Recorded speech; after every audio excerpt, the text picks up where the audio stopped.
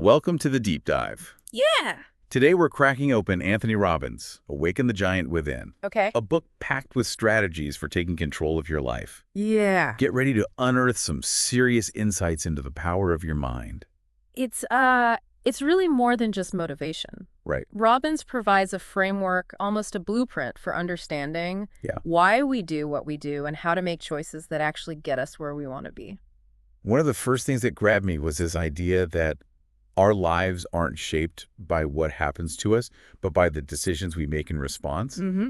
Robbins uses the story of Lech Walesa to really drive this home. Oh, yeah. You know, the Polish shipyard worker who led the Solidarity movement. Oh, yeah. Walesa's story is incredible. He faced what seemed like impossible odds taking on a powerful communist regime, but his unwavering commitment, his decisions to keep pushing forward despite the risks, ultimately helped topple a system and reshape history. It makes you think, what decisions am I hesitating on? What could I achieve if I really embrace that power to choose? That's the key question, isn't it? Robbins challenges us to recognize those moments of decision and act decisively. It's not always easy, Right. but that's where real change begins. Another concept that got me thinking was this whole role of pain and pleasure. Yeah. Robbins argues that we're all driven by these two forces, always seeking pleasure and trying to avoid pain. Mm-hmm. But sometimes those instincts lead us down paths that ultimately bring us more pain in the long run. It's like that saying, short-term pleasure, long-term pain. Think of the classic example of someone indulging in unhealthy foods. Right. It feels good in the moment, but can lead to health problems later on. Robbins encourages us to become aware of this dynamic so we can make choices that lead to lasting pleasure and fulfillment. And he tells this really compelling story about a man who repeatedly risked his life to save drowning people. Wow. This man was a hero, saving many lives, but tragically ended up losing his own in the process. This anecdote really highlights the complexity of the pain-pleasure principle. What drove this man to such incredible acts of selflessness? Was it simply to avoid the pain of seeing others suffer? Or was there a deeper pleasure in knowing he was making a real difference? It's a powerful example of how our desire to avoid pain can sometimes lead us to profound acts of courage and even sacrifice. It begs the question, how can we harness this knowledge to make more conscious choices in our own lives? How can we choose long-term satisfaction over those tempting quick fixes? It's about understanding what truly motivates us and aligning our actions with those deeper desires. Sometimes that means pushing past our comfort zones and embracing a little discomfort in the short term for a greater reward down the line. Right, because sometimes avoiding that short-term discomfort can lead us to make decisions that ultimately bring more pain later on. Exactly. Robbins also introduces this technique called Neuro-Associative Conditioning, or NAC. It's about consciously changing our emotional responses. What's fascinating about NSC is the idea that we can reprogram our reactions to certain events. If we can change the meaning we associate with something, we can change how we feel about it. Imagine you have a fear of public speaking. NSE might involve gradually exposing yourself to speaking situations. Yeah. Starting small. Challenge and growth. So instead of dreading it, you start to associate public speaking with a sense of accomplishment and even excitement. Exactly. That's pretty powerful. Yeah. Robbins also talks about the power of transformational vocabulary as a tool for shifting our emotional state. Absolutely. He gives this great example of a trucking company that was losing $250,000 annually due to a particular error.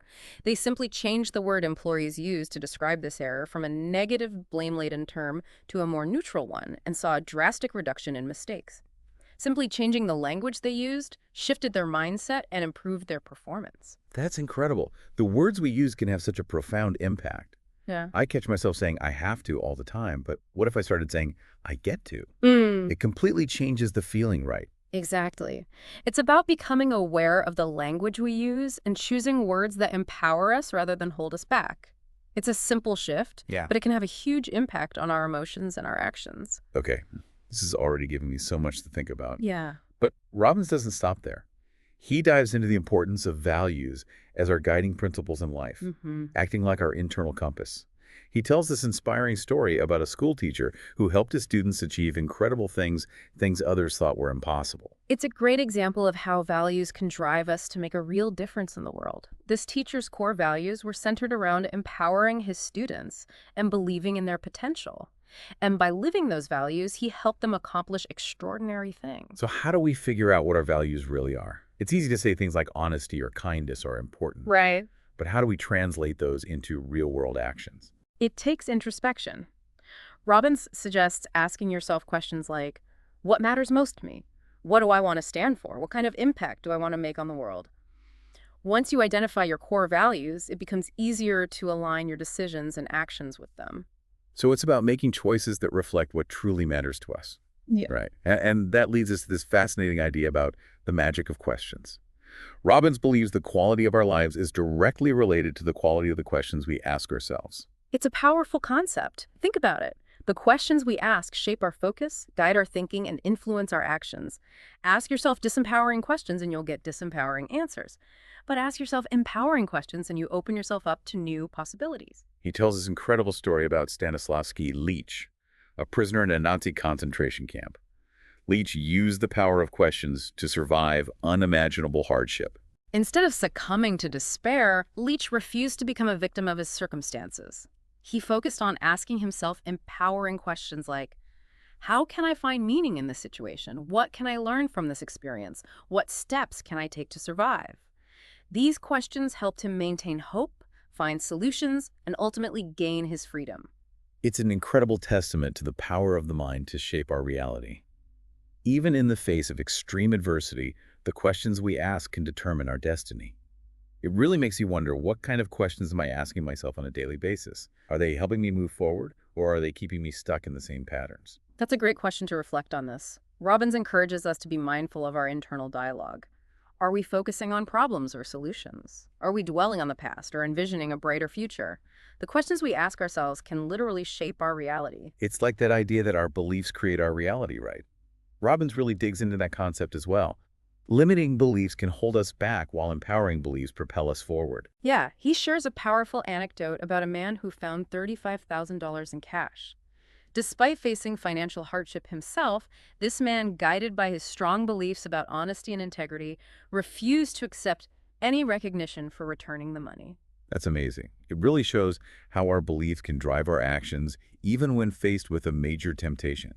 It makes me think, what are some of the beliefs that are holding me back, and how can I start to challenge those beliefs and replace them with ones that support my goals? Robbins offers a range of techniques for shifting our beliefs, from affirmations and visualization to finding evidence that contradicts those limiting beliefs. It's a process of rewiring our thinking and opening ourselves up to new possibilities. And that leads us to Robbins' ultimate success formula, which provides a framework for achieving our goals. This is where things start to get really practical, right? Absolutely. Robbins emphasizes the power of visualization. Just like elite athletes use visualization to improve their performance, we can use it to create a compelling vision of our desired future. But it's not just about daydreaming. Robbins stresses the importance of taking consistent action steps towards those goals. So it's like having a clear roadmap and then actually taking those steps to get to your destination. He encourages us to visualize our ideal life 5 years from now. What does it look like? What does it feel like? And then most importantly, what actions can we start taking today to move in that direction? It's a powerful exercise that can help us clarify our goals, identify potential obstacles, and create a plan to overcome them. It's about bridging the gap between where we are now and where we want to be. Robbins also talks about the importance of focus. He even calls it obsessive or extraordinary focus.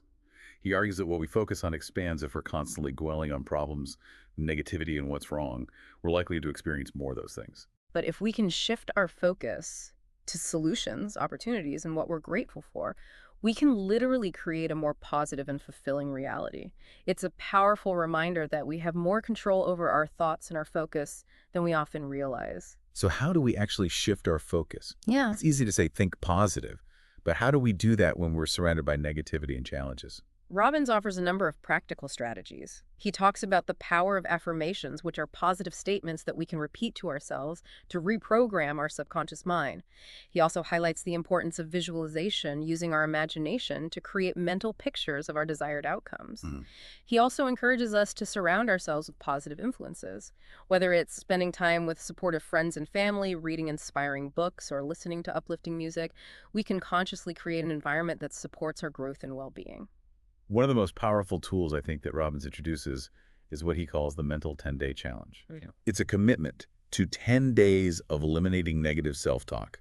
and focusing only on positive, empowering thoughts. Yeah. That sounds pretty intense. Could you really just shut off negative thoughts like that? Robbins acknowledges that it's not always easy, but he believes that by consciously directing our thoughts, we can rewire our brains for positivity and success. It's about becoming aware of our negative thought patterns and choosing to replace them with more empowering ones. So instead of dwelling on, I can't, we start to ask ourselves, how can I? It's a subtle shift, but it can make a huge difference in our mindset and our actions. What are some of the things that people are supposed to focus on during this challenge? Robbins suggests focusing on empowering questions like, what's great about this situation? What can I learn from this? What am I grateful for?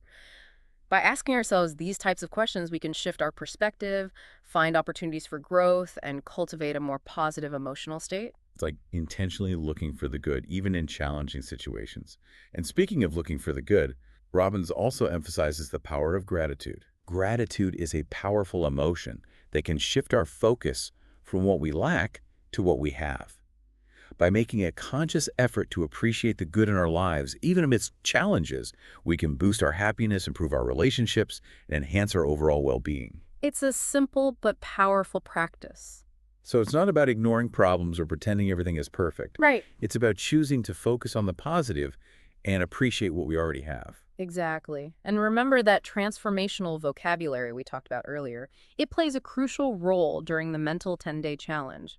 By consciously choosing words that empower and uplift us, we can reinforce positive thoughts and emotions. So instead of saying, I'm stressed, we might say, I'm feeling challenged. Exactly. It's about using language that supports our growth and resilience. Another key element of the challenge is focusing on solutions rather than problems. Instead of getting stuck in a cycle of complaining or worrying, Robbins encourages us to brainstorm potential solutions and take action steps towards those solutions. So it's about being proactive and taking ownership of our circumstances rather than feeling helpless or victimized. And even small steps forward can make a big difference, right? Absolutely. Even small actions can build momentum, boost our confidence, and create a sense of progress. And remember, celebrate those wins along the way. Acknowledging our progress, no matter how small, reinforces positive behavior and makes it easier to stick with positive habits. It's like giving ourselves a pat on the back for moving in the right direction. Now, Robbins doesn't just focus on personal growth and transformation. He also talks about what he calls the mastery of life, which includes areas like health, relationships, finances, and making a meaningful contribution to the world. It's a holistic approach, recognizing that these different areas are interconnected and influence each other. He challenges us to question our assumptions, explore new possibilities, and create a life that's truly aligned with our values and aspirations. It's about taking ownership of all areas of our lives and striving for excellence in each one. In the realm of health, Robbins makes a distinction between fitness and health. He argues that while fitness is important, true health involves optimizing all systems of the body: nervous, muscular, skeletal, circulatory, digestive, lymphatic, hormonal, and so on. He dives into nutrition, exercise, stress management, and the power of the mind-body connection to create optimal health and vitality. It's about viewing our bodies as complex systems and taking a proactive approach to our well-being. He also shares fascinating stories of individuals who overcame incredible challenges and achieved extraordinary things. One that really stuck with me was the story of Sam Laboud, an environmental activist who single-handedly exposed the cruel practices of the tuna fishing industry. His actions led to a global boycott and ultimately saved countless dolphins. Laboud's story is a powerful reminder that one person can make a real difference in the world. And Robbins goes on to challenge each of us to consider our unique contribution. What are we passionate about? How can we use our talents and resources to make a positive impact? It's about finding our purpose and living a life of meaning. And he provides practical guidance on how to identify our values, clarify our mission, and take action towards creating a life that matters. He really emphasizes the importance of leaving a legacy and making a positive impact on the world. And that brings us to the work of the Anthony Robbins Foundation, which is dedicated to empowering individuals and communities around the world. The foundation focuses on providing resources and support for children, the homeless prison populations, and senior citizens. It's incredible to see how Robbins walks the walk, putting his principles into action by making a tangible difference in the lives of others. He has a deep belief in the power of human connection and the importance of giving back.